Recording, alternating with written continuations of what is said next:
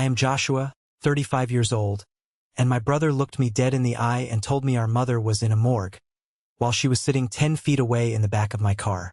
Before I tell you how I wiped that smirk off his face and took back what was ours, tell me where you're watching from in the comments below. I love seeing how far these stories travel. The gravel crunched satisfyingly under the massive tires of the Rolls-Royce Cullinan. It wasn't my car, it belonged to a client who owed me a favor, but right now it was the perfect prop. I needed to look like money. I needed to look like power. But mostly, I needed to look like I didn't have a care in the world, which was the exact opposite of how my stomach felt. It was twisted in knots, a mix of adrenaline and pure, unadulterated rage. I pulled up to the wrought iron gates of the family estate. It was a beautiful place, a sprawling colonial house in upstate New York that my father had built with his bare hands and a lifetime of savings. Now, it looked like a fortress, and standing there, leaning against the brick pillar like he owned the world, was my brother, Ethan. Ethan, 40 years old, the golden child. He was wearing a suit that cost more than my first car, his hair slicked back, checking his watch as if I was late for a business meeting. Parked behind the gate, in the circular driveway, was his pride and joy, a black Porsche Panamera. I knew for a fact he hadn't paid the lease on it in 3 months. I didn't honk. I just rolled down the window. The winter air bit at my face, but I didn't feel the cold. I felt the heat coming off him. "You've got some nerve showing up here, Josh," Ethan said. He didn't even look at me. He was inspecting his manicured fingernails. "I told you on the phone. The funeral is Friday. Private ceremony. You aren't on the list." I turned off the engine. The silence was heavy. "Open the gate, Ethan." He laughed. It wasn't a happy laugh. It was a dry, hollow sound that grated on my nerves. He walked over to my window, placing his hands on the door frame, invading my space. "You don't listen, do you? Mom died last night. Heart failure. It was quick. She's gone, Josh. And the house? It's mine now. The locks are changed. The alarm code is changed. Go back to whatever hole you crawled out of." He reached into his jacket pocket and pulled out a folded piece of paper. He snapped it open and held it up to my face. It was a death certificate. I saw the seal. I saw the signature. Margaret Harrison. Date of death, January 14th. Time, 11:42 p.m. "Official," Ethan smirked. "Signed by Dr. Whitmore. You want to argue with a medical professional? You want to argue with the law? It's over. Go home." I looked at the paper, then I looked at him. I saw the desperation hiding behind his eyes. He was sweating, despite the freezing temperature. His pupils were dilated. He was terrified, but he was doubling down on the lie because he had no other choice. He had bet the farm on this lie. "You really did it," I said softly. "You really declared her dead. She is dead to the world, Josh. And legally, that's all that matters. Now get off my property before I call the cops for trespassing." I shook my head, a slow smile spreading across my face. It wasn't a nice smile. It was the kind of smile a wolf gives before it takes down a deer. "Funny thing about that death certificate, Ethan," I said, my voice steady. "It's missing one crucial element." "Oh yeah? What's that?" he challenged, crossing his arms. "The body." I pressed the button on the driver's side door panel. The rear suicide door of the Rolls-Royce swung open smoothly, almost silently. Ethan frowned, looking past me. "Who did you bring? Your lawyer? It doesn't matter.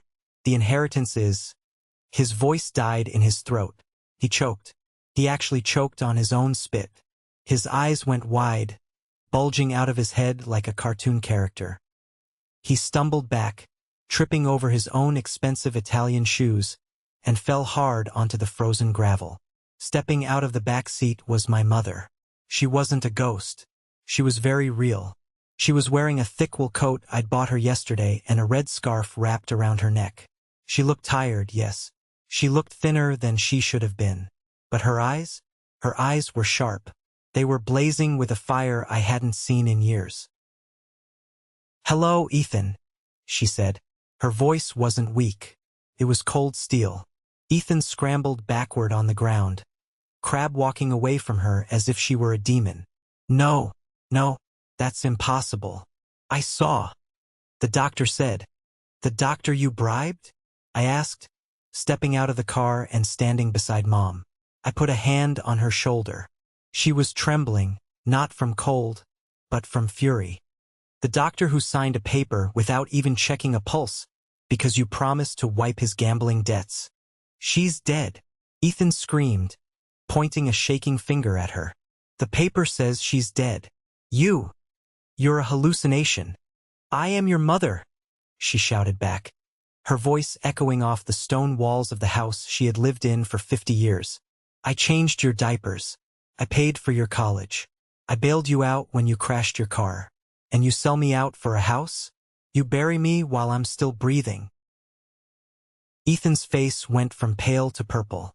He scrambled to his feet, looking frantically between the paper in his hand and the woman standing in front of him. His reality was shattering. But then I saw the shift. The panic turned into something uglier. Denial. He realized that if he admitted she was alive, he was going to prison. So he decided to commit to the lie. He slammed his hand on the keypad of the gate, engaging the electronic deadbolt. This is a trick, he yelled, backing toward the house. That's not her. That's an imposter. My mother is dead. I have the certificate. Get out. I'm calling the police. Call them. I roared back. Go ahead, Ethan. Call them. He turned and ran toward the front door of the house. Our house. He fumbled with his keys, dropped them, picked them up, and practically fell through the door, slamming it shut behind him.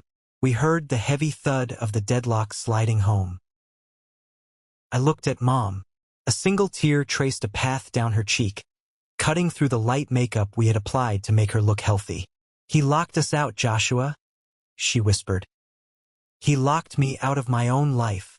Not for long, Mom, I said, squeezing her shoulder. He thinks that piece of paper is his shield, but he just handed us the weapon we need to destroy him. To understand why my brother was cowering inside our childhood home while my mother stood shivering at the gate, we have to go back 48 hours. I was in Chicago working on a landscape architecture project that was supposed to be my big break. I had put my career on hold for years to care for Dad before he passed, and this was my chance to get back in the game. I hadn't spoken to Ethan in 6 months. We didn't get along. He was the success story, the real estate mogul with the trophy wife, Sarah, and the flashy lifestyle. I was just the younger brother who played with dirt. My phone rang at 2 a.m. on a Tuesday. It was an unknown number. Usually, I ignore those, but something in my gut told me to pick up. Is this Joshua Harrison? A woman's voice, whispering, terrified. Yes. Who is this? My name is Betty. I shouldn't be calling.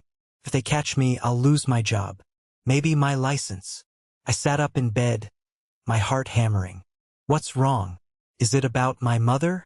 Is she okay? Your brother, Mr. Ethan. He brought her here yesterday morning, to the Starlight Care Center in Queens. Starlight. I frowned. I knew the nursing homes in the area. Starlight wasn't a care center. It was a warehouse for the forgotten. It was a place where people went to die when their families ran out of money. Why would he take her there? She lives at home. She has a caregiver. He checked her in under a pseudonym, Betty whispered, her voice shaking. Jane Doe. He told the administration she has severe dementia, that she's aggressive. He authorized heavy sedation. But Mr. Harrison, I checked on her tonight when the supervisor was on break. She's not crazy. She's groggy from the drugs, but she knows who she is. She keeps asking for Joshua. My blood ran cold. Is she safe? For now. But I heard him talking to Dr. Whitmore in the hallway. They were talking about making it official by Thursday. They mentioned an insurance policy and a title transfer. Mr. Harrison, I think they're going to let her die. Or worse. I didn't pack a bag. I grabbed my wallet, my keys, and ran out the door. I drove like a maniac to O'Hare Airport and bought the first ticket to New York. The flight took 2 hours, but it felt like 10 years. Every minute, I imagined my mother, alone in a dark room, drugged and frightened, while her eldest son plotted her murder for a payout. I landed at JFK at 6 a.m. and rented the biggest, fastest car available. I needed something intimidating. When I pulled up to Starlight Care Center, it looked worse than I imagined.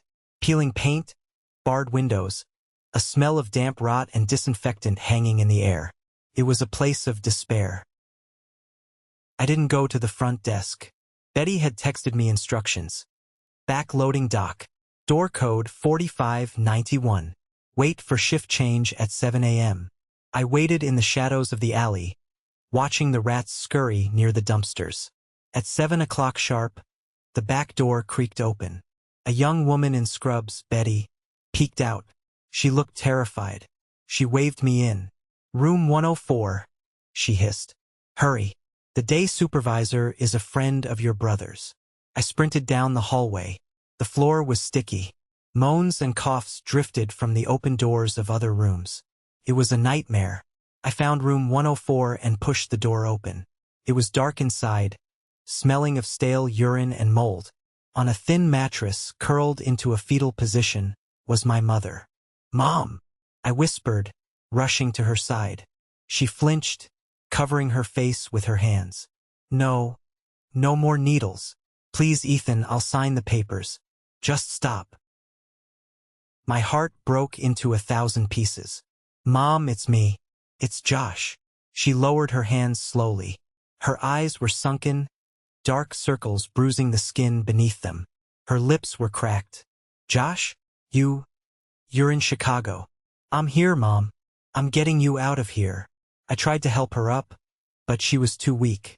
The sedatives were still in her system. I scooped her up in my arms. She felt so light, too light. She had lost weight just in the last few weeks. Hey! I spun around. A large man in a security uniform was standing in the doorway, blocking our exit. Where do you think you're going?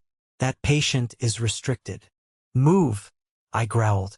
I'm not a violent man, but in that moment, I would have torn through a brick wall to get her out.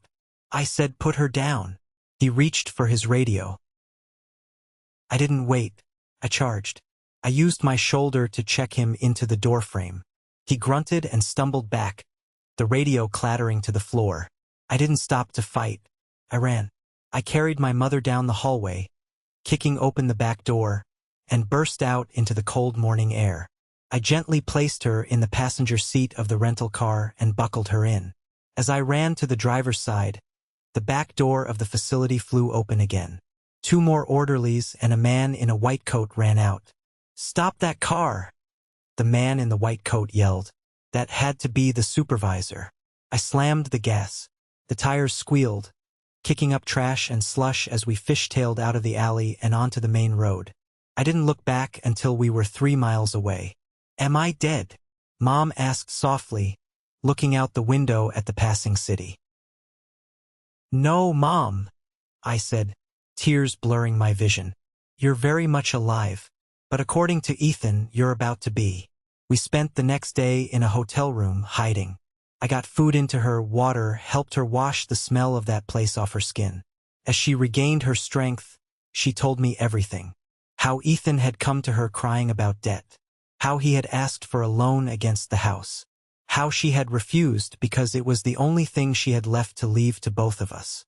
And how, the next day, Dr. Whitmore had come for a checkup and given her an injection that made the world go black. She wasn't suffering from dementia. She was suffering from betrayal. Back in the present, the police cruiser's lights flashed blue and red against the gray winter sky. Ethan had actually done it. He had called the cops on his own mother. 2 officers stepped out. One was older, tired-looking. The other was a rookie, hand resting nervously on his holster. Ethan came out of the house, waving the death certificate like a shield. Officer! Thank God! Ethan shouted, playing the victim perfectly. These people are trespassing. They're harassing me in my time of grief. My mother died last night. The older officer, Sergeant Miller, looked at Ethan, then at me, and finally at Mom, who was leaning against the Rolls-Royce, looking very much alive.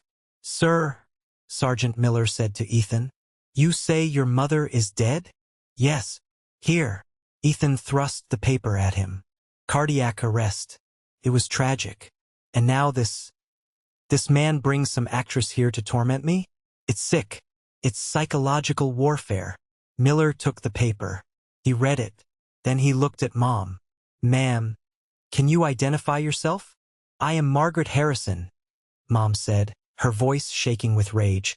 "And that man is my son. And I am not dead." Miller looked confused. He walked over to us. "Do you have ID, ma'am?" This was the trap. "My purse is in the house," Mom said. "He took it. He has my driver's license, my passport, everything." "She's lying," Ethan yelled from the porch. "She's a crazy woman my brother hired. Ask the doctor." Dr. Whitmore signed the certificate. "Call him." Miller looked at me. "Sir, this is a valid death certificate, filed with the county this morning. Technically, legally, Margaret Harrison is deceased." "Officer, use your eyes," I snapped. "She is standing right here. Fingerprint her. Check her dental records. Do whatever you have to do. We can't just fingerprint someone on the side of the road based on a domestic dispute," Miller said, rubbing his temples. "Look, this is a civil matter, or a very strange criminal one. But right now, Mr. Harrison here has the deed to the house and a legal document stating the owner is deceased. I can't force him to let you in." "You're kidding me," I said, incredulous. "You're going to leave an elderly woman on the street because of a piece of paper? I'm going to ask you to leave the premises and sort this out at the station or with a lawyer," Miller said firmly. "If you don't leave, I'll have to arrest you for trespassing." Ethan smirked from the porch.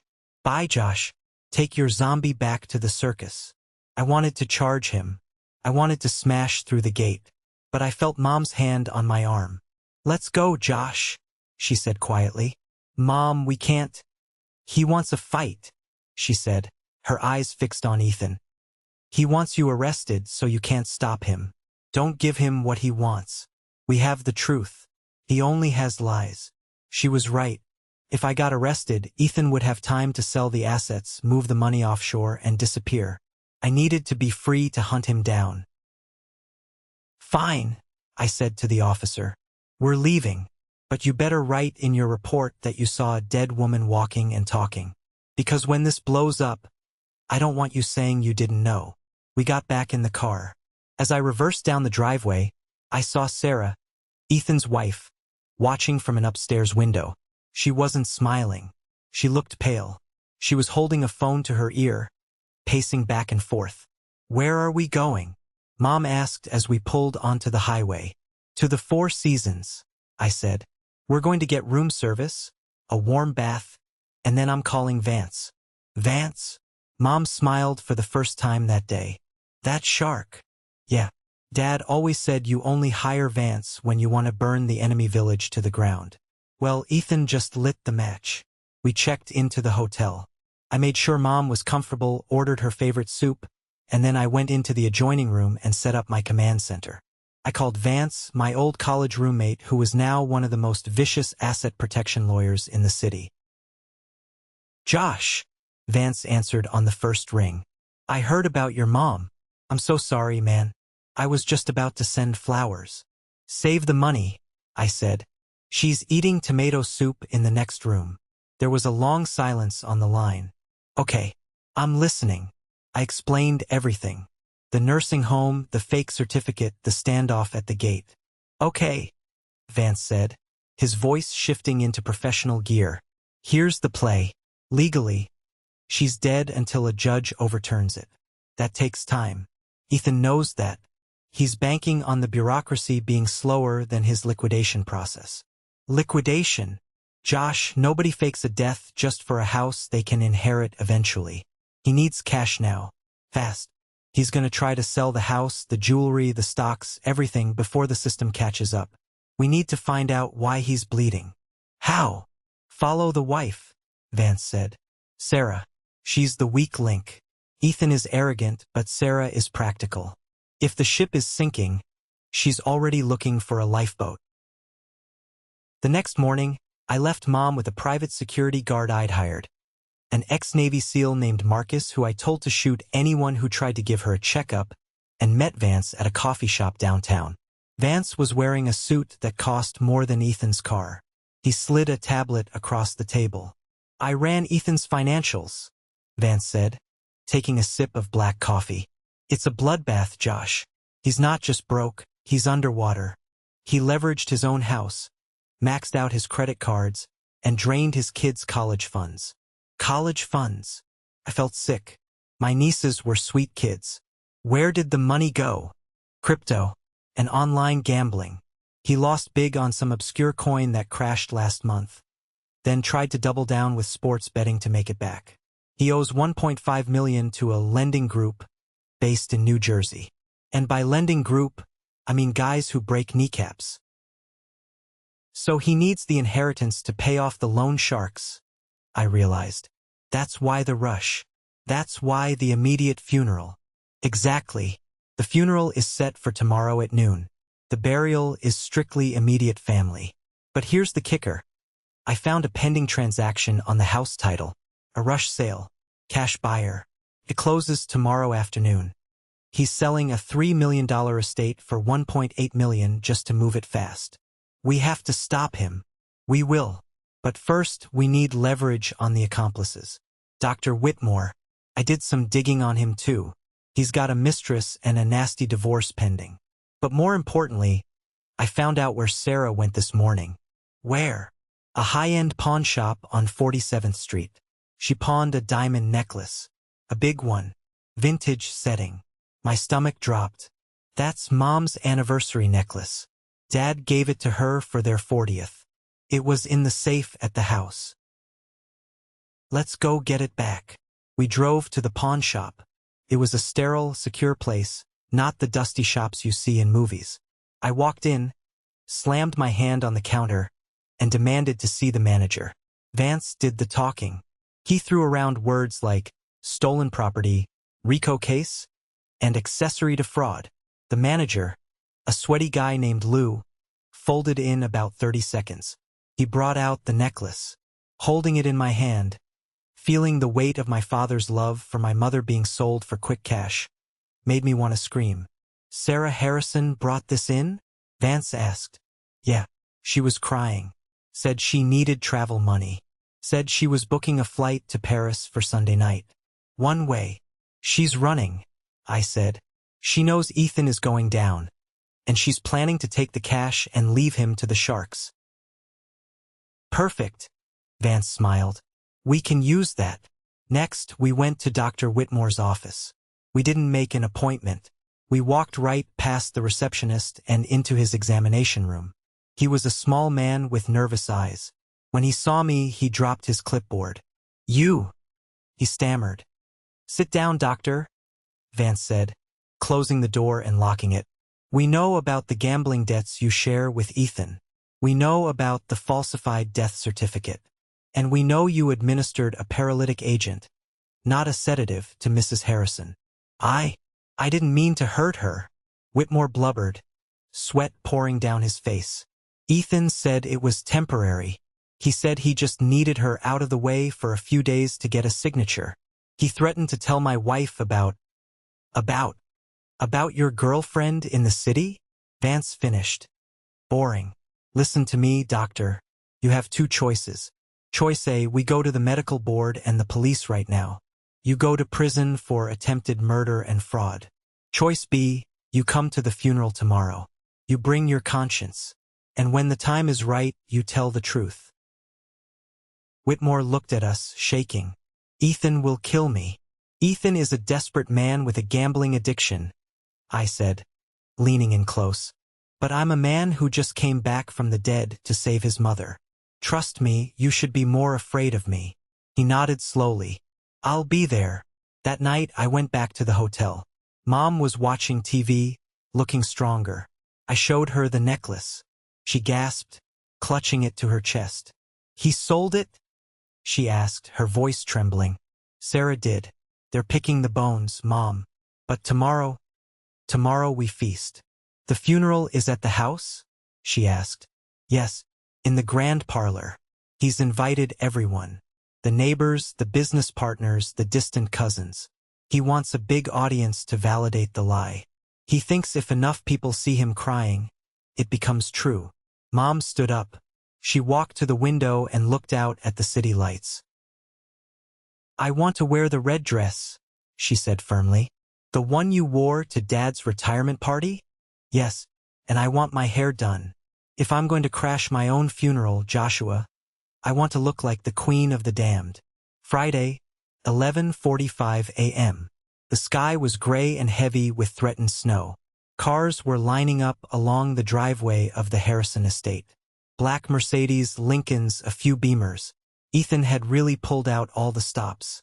I was parked a quarter-mile down the road in a black van with tinted windows. Inside were me, Mom, Vance, and a two-man camera crew I had hired to livestream the event. If Ethan wanted a show, I was going to give him a blockbuster. Mom looked incredible. She was wearing a deep crimson suit, her silver hair styled perfectly, the diamond necklace around her neck. She didn't look frail anymore. She looked formidable. Are you ready? I asked, taking her hand. I'm ready to take out the trash, she said. God, I love this woman. We watched on a tablet linked to a hidden camera Vance had planted in the parlor earlier that morning. Bribing the caterer was surprisingly cheap. The room was packed. Lilies, Mom's least favorite flower, were everywhere. A closed casket stood at the front of the room. A casket. He had actually bought a casket. It's empty, Vance whispered, or filled with sandbags. Ethan was standing by the casket, dabbing his eyes with a handkerchief. He looked solemn, tragic. Sarah was beside him, looking pale and jittery, clutching her purse like it contained a bomb. The service began. A priest, someone I didn't recognize, probably hired, said a few generic words about a life well lived. Then, Ethan stepped up to the podium. Thank you all for coming. Ethan began, his voice cracking theatrically. My mother, Margaret, was the light of this home. Her passing was so sudden, so cruel.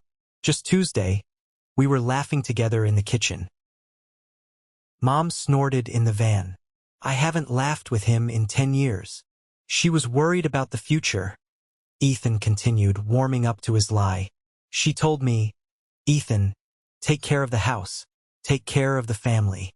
I leave it all to you because I know you are the strong one. The audacity.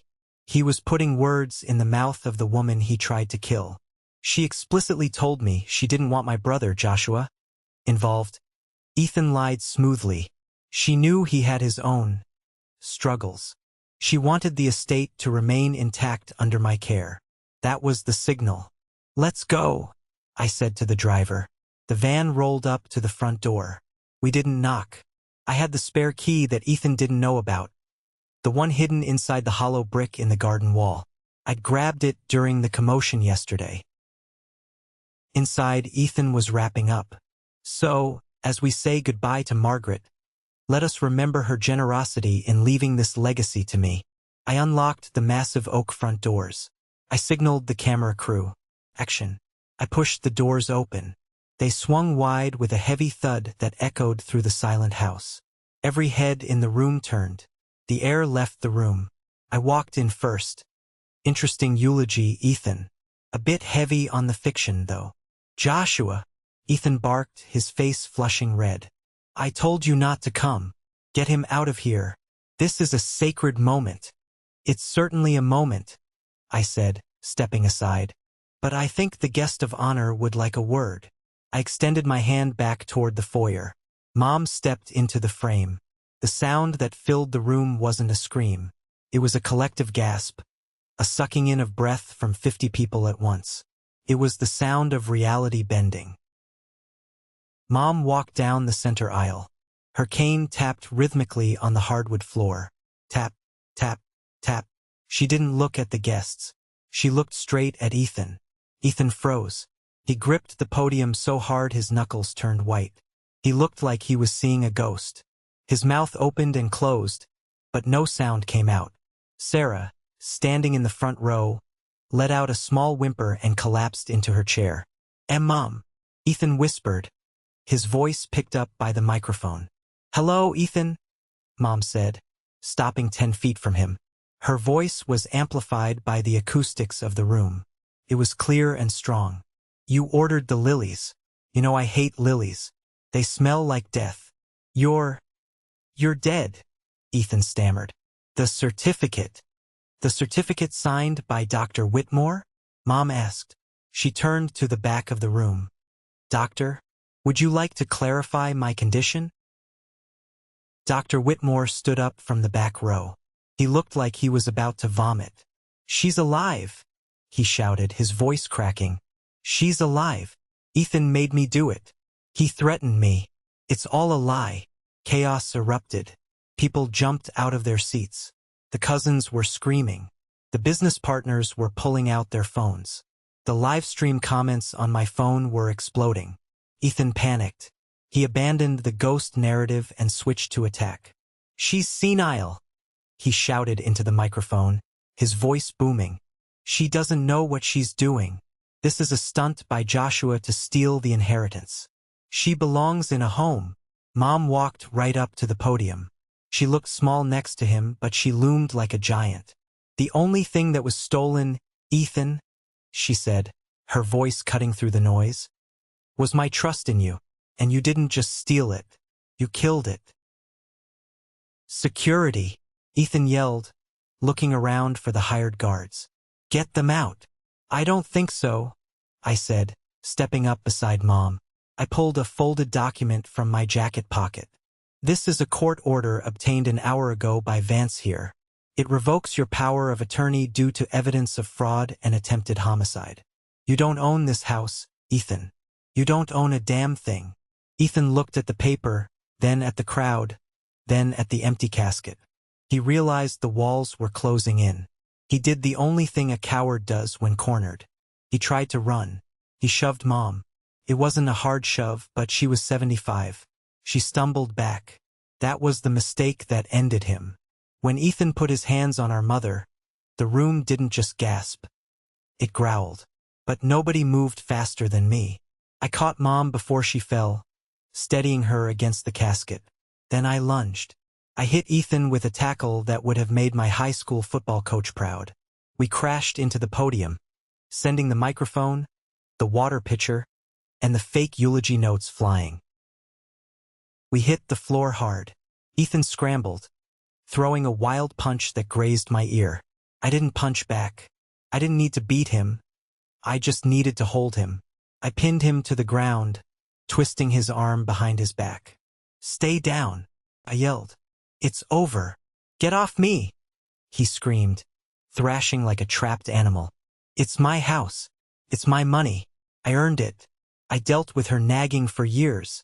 I deserve it." "You deserve a cell," I spat. The doors burst open again. This time it wasn't family. It was the police. Real police. Not just patrol officers, but detectives. Vance had timed it perfectly.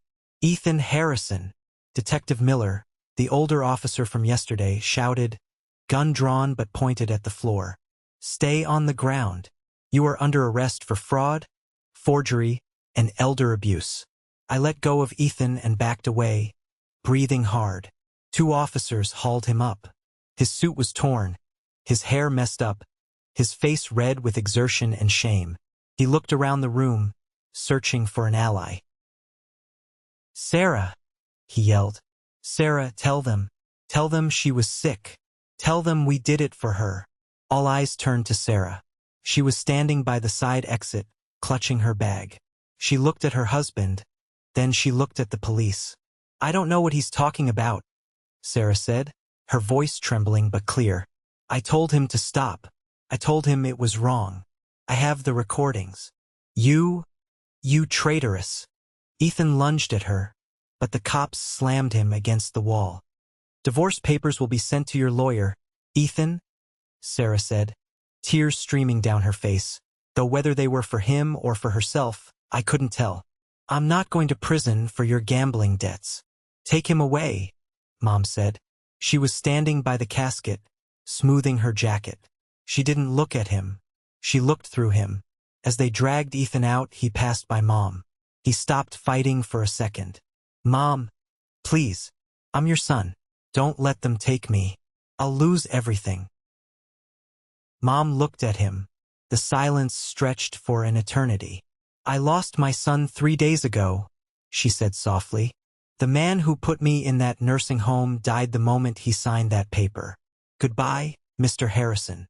Ethan started wailing as they shoved him into the squad car outside.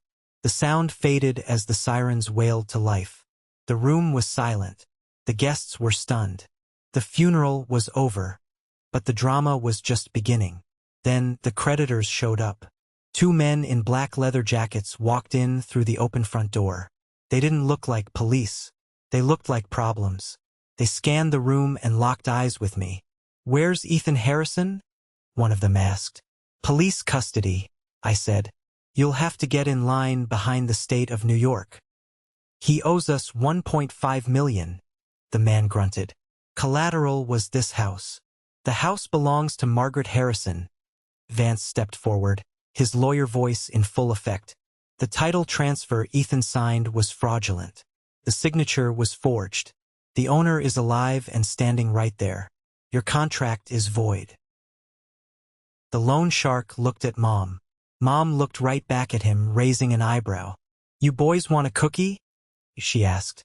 "Or do you want to leave before the detectives come back inside?" The man chuckled, shook his head, and turned around. "Can't collect from a ghost, I guess. We'll deal with him in prison." When the house finally cleared out, guests whispering as they left, the caterers packing up the untouched food, it was just me, Mom, and Vance sitting in the living room. The empty casket was still in the corner, a grim reminder of the day. Mom walked over to the fireplace. Above it was a portrait of Ethan. She took it down. She didn't smash it. She just turned it around and placed it on the floor, facing the wall. "Are you okay, Mom?" I asked. She sat down in her favorite armchair, the one Ethan had tried to sell. She looked tired, incredibly tired, but at peace. "I'm alive, Joshua," she said. "And I have my house, and I have one son who loves me. That's more than enough." I walked over and knelt beside her chair. "I'm sorry I wasn't here sooner. I'm sorry I let it get this far." She cupped my face in her hands. "You came when I called. That's all that matters. You saved me." She looked at the diamond necklace Sarah had pawned, now back around her neck. "Joshua," she said, "I need to rewrite my will. Tomorrow." "Mom, we don't need to think about that right now." "Yes, we do," she said firmly. "Because I'm not leaving everything to you." I blinked. "What?" "I'm leaving you the house, of course, and enough to start your firm properly. But the rest, the investments, the cash, what about them?" "I'm starting a foundation," she said, her eyes gleaming. "The Starlight Foundation. We're going to use the money to provide legal aid for seniors who are being exploited by their families. I want to make sure no other mother wakes up in a dark room wondering why her child abandoned her." I smiled. "That sounds perfect. And one more thing," she added. "Get that casket out of my living room. It's bad luck." I laughed. It was the first time I had genuinely laughed in 3 days. "I'll turn it into a planter for the garden." "You do that," she said, leaning back and closing her eyes. "Now go make me some tea. I plan on living for a very long time." The silence that settles over a house after a police raid is heavy. It's not peaceful. It's thick, loaded with the echoes of shouting and the phantom weight of what just happened.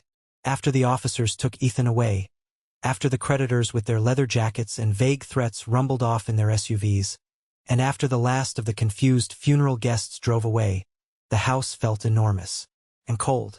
I spent that first night sleeping on the couch in the living room. Not because I didn't have a room. My old bedroom was still upstairs, untouched since college, but because I couldn't bring myself to leave Mom alone on the ground floor. Every creak of the floorboards, every rattle of the wind against the colonial windows made me jump. I kept expecting Ethan to burst back in, waving another forged document, or Dr. Whitmore to show up with a syringe. But nobody came. Just the morning sun, filtering through the windows, illuminating the dust motes dancing in the air where the casket had been. We had the casket hauled away at 8 a.m. by a confused junk removal crew.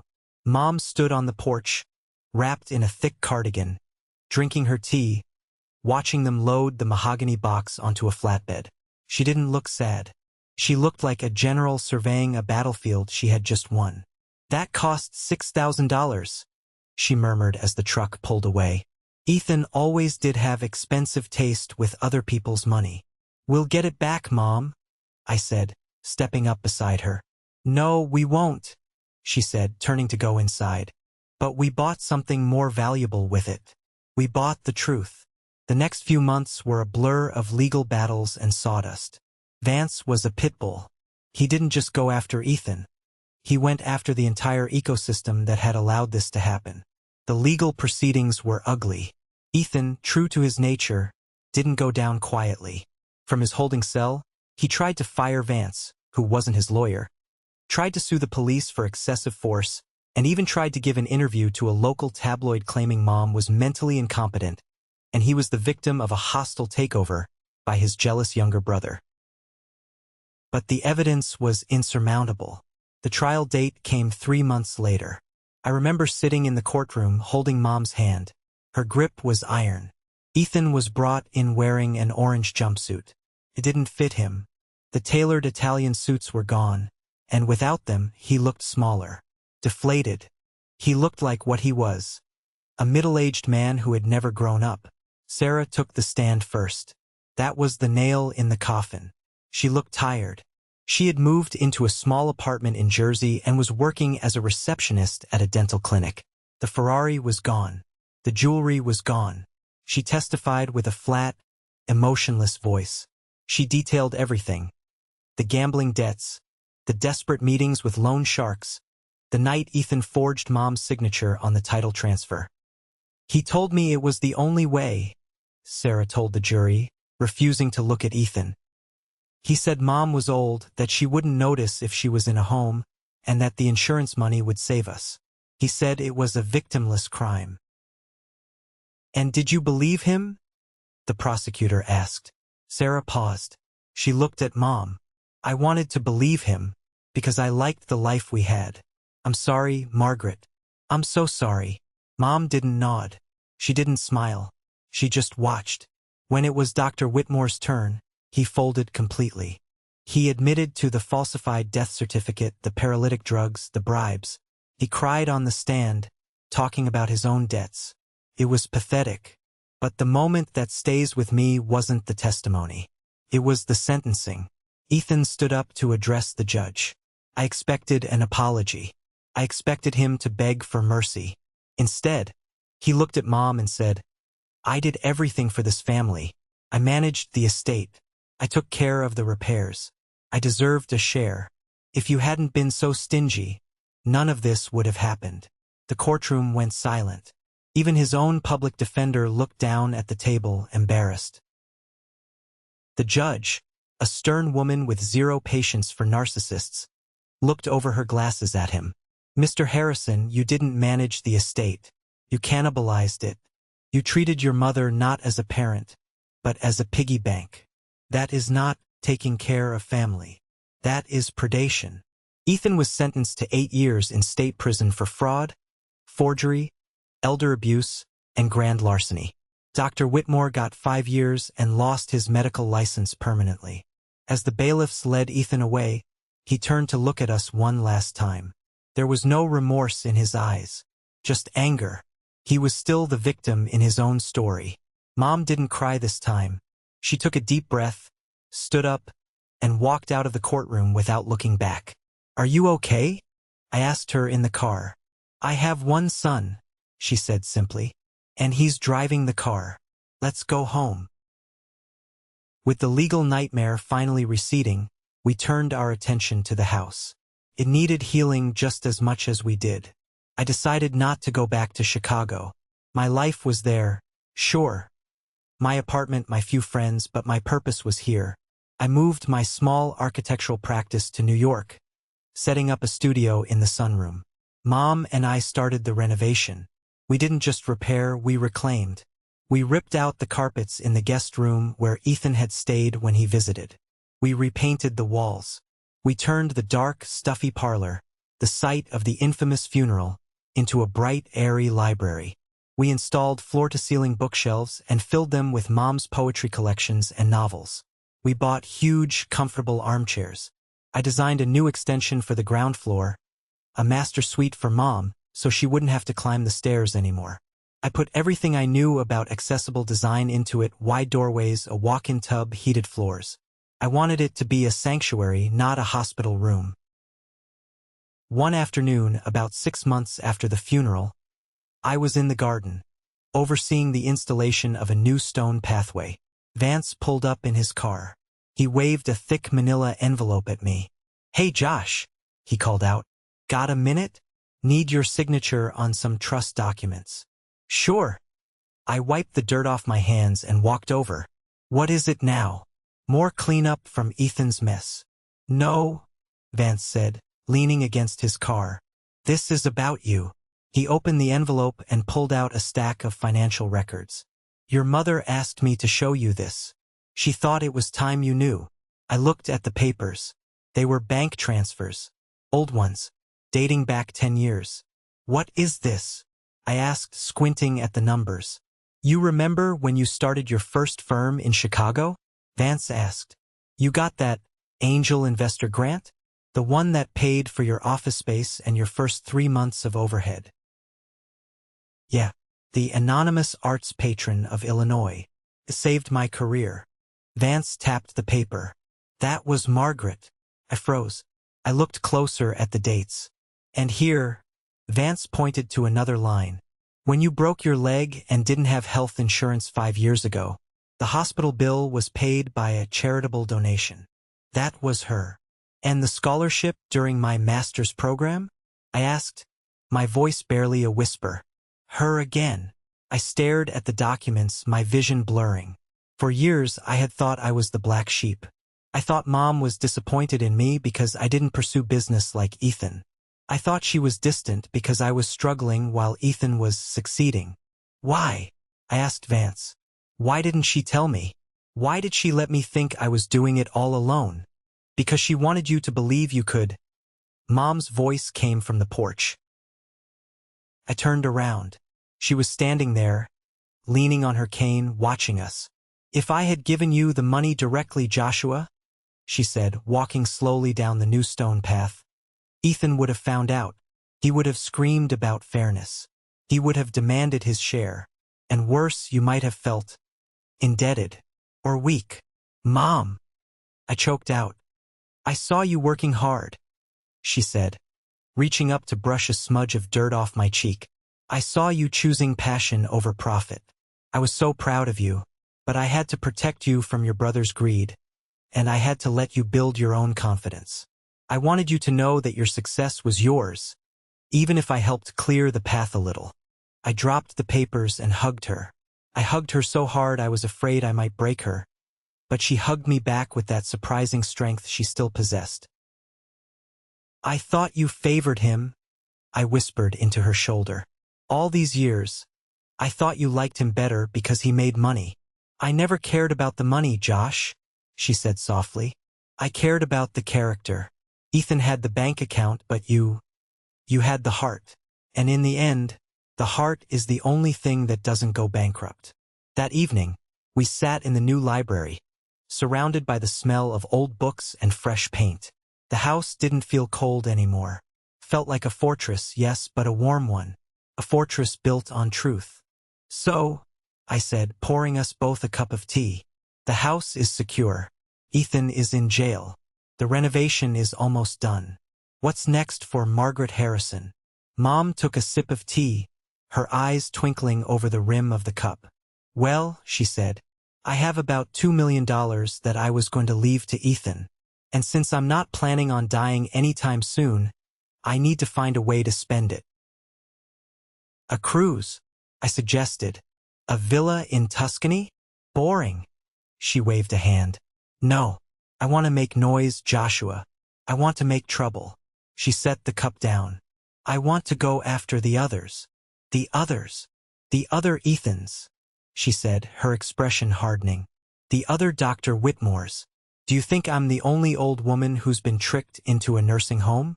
Do you think I'm the only mother whose child decided her life was worth less than her real estate? No, I said quietly. I know you're not. Exactly. I was lucky. I had you. Most of them have no one. They sit in those rooms, drugged and forgotten, while their families pick their bones clean.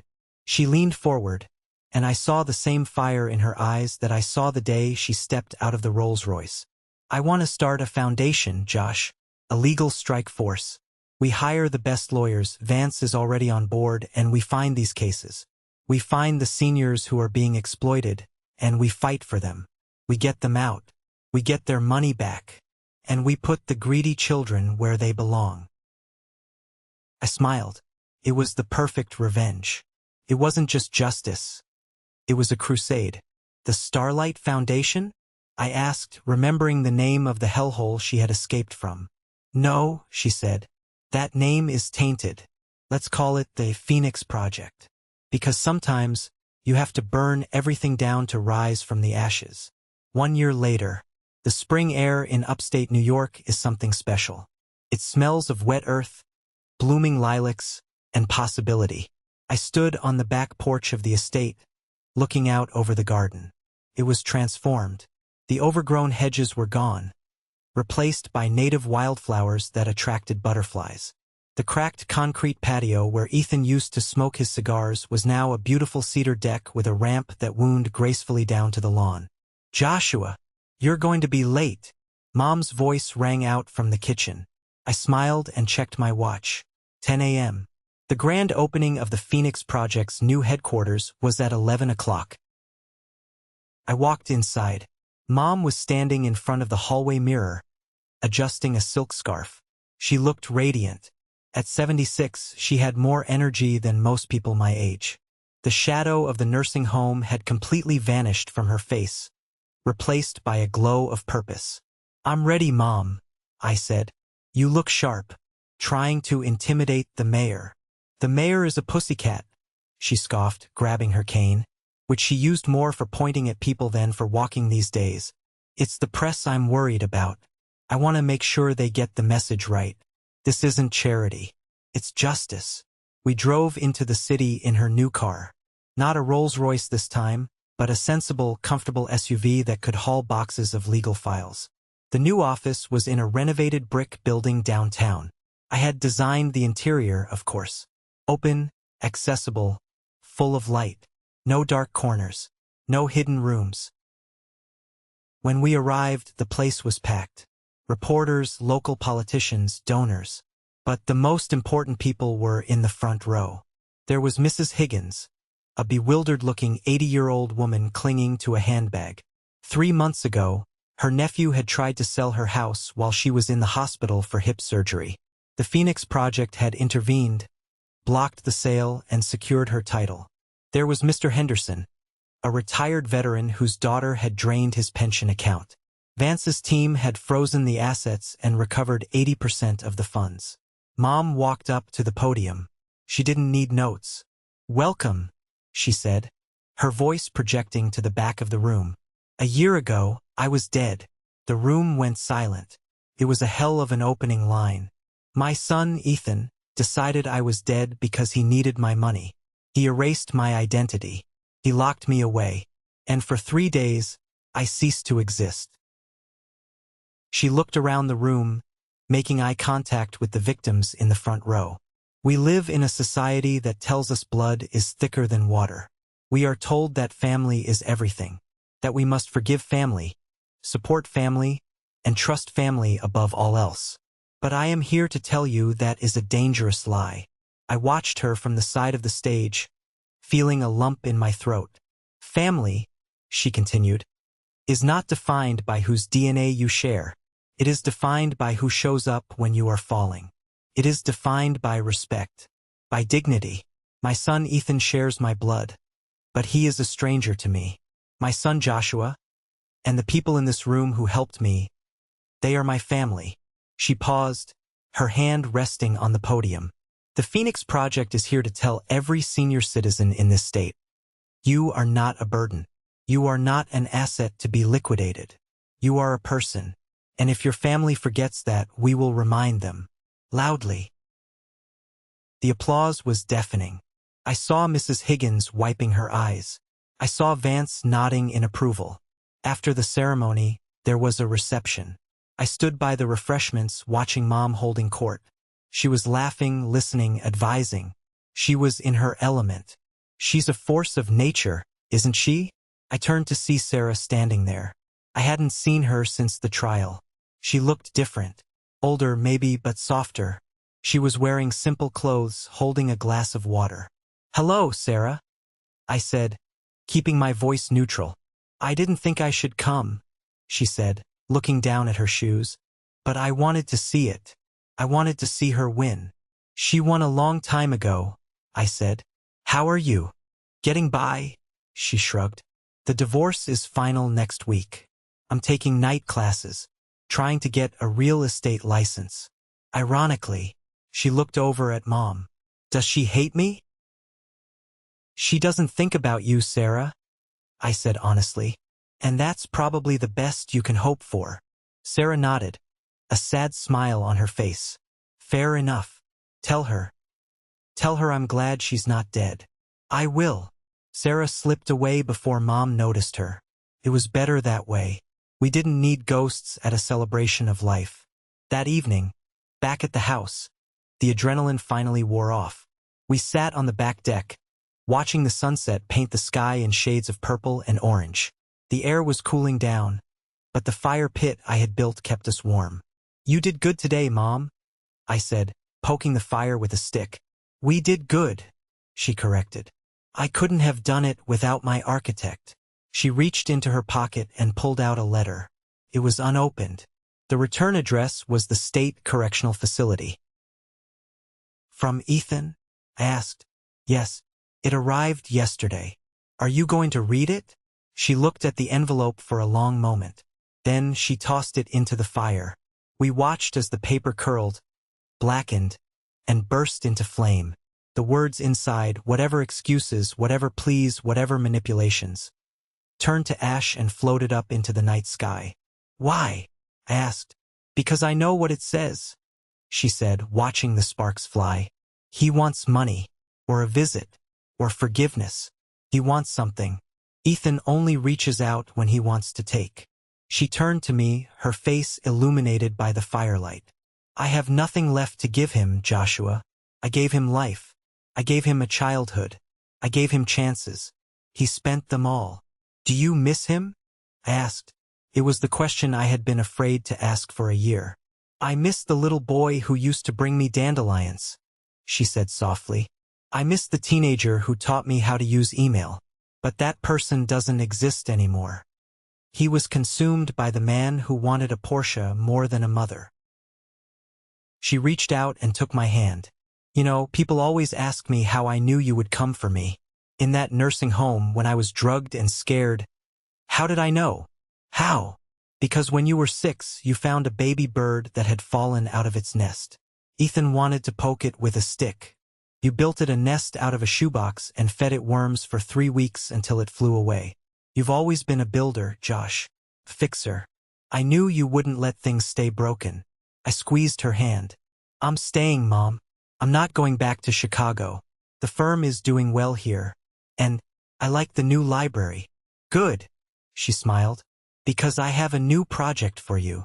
"Oh no. What now?" "The garage," she said mischievously. "It's full of Ethan's old junk. I want to turn it into a guest cottage. For when the Phoenix Project clients need a safe place to stay for a night or two." I laughed. "You never stop, do you?" "Not until I'm actually dead," she said. "And as we've established, that's going to take a hell of a lot more than a fake certificate and a locked gate." We sat there in the silence, listening to the crackle of the fire and the wind in the trees. The house behind us was solid. The future ahead of us was clear. My brother tried to bury his past to secure his future. Instead, he buried himself. And in doing so, he dug us up. He forced us to see what really mattered. He thought he was inheriting a fortune, but he ended up giving me the greatest inheritance of all. The chance to really know my mother, and the strength to stand beside her as she changed the world. And honestly, that's worth a lot more than a Porsche. This story isn't just a drama about a greedy brother. It's a wake-up call about the vulnerability of our aging parents and the legal tools that can be weaponized against them. It is essential for care, but in the wrong hands, it is a license to steal. Never grant it blindly. Demand oversight, require a second signature for large transactions, or appoint a professional fiduciary if family dynamics are tense. The only reason Ethan got away with it initially was isolation. If you have elderly parents, show up. Unannounced visits are the best way to ensure they aren't being neglected or manipulated. As Margaret said, DNA doesn't guarantee loyalty. If a family member has a history of financial irresponsibility or gambling, like Ethan, do not give them access to the estate, no matter how much they guilt-trip you. I want to hear from you. Have you ever had to deal with a family member who put money over relationships? Or what steps are you taking right now to protect your parents or yourself from this kind of exploitation? Drop a good in the comments if you think Margaret is a hero for turning her trauma into a crusade to help others. Let's get this discussion going. Your story might help someone else spot the red flags before it's too late. Thank you for listening.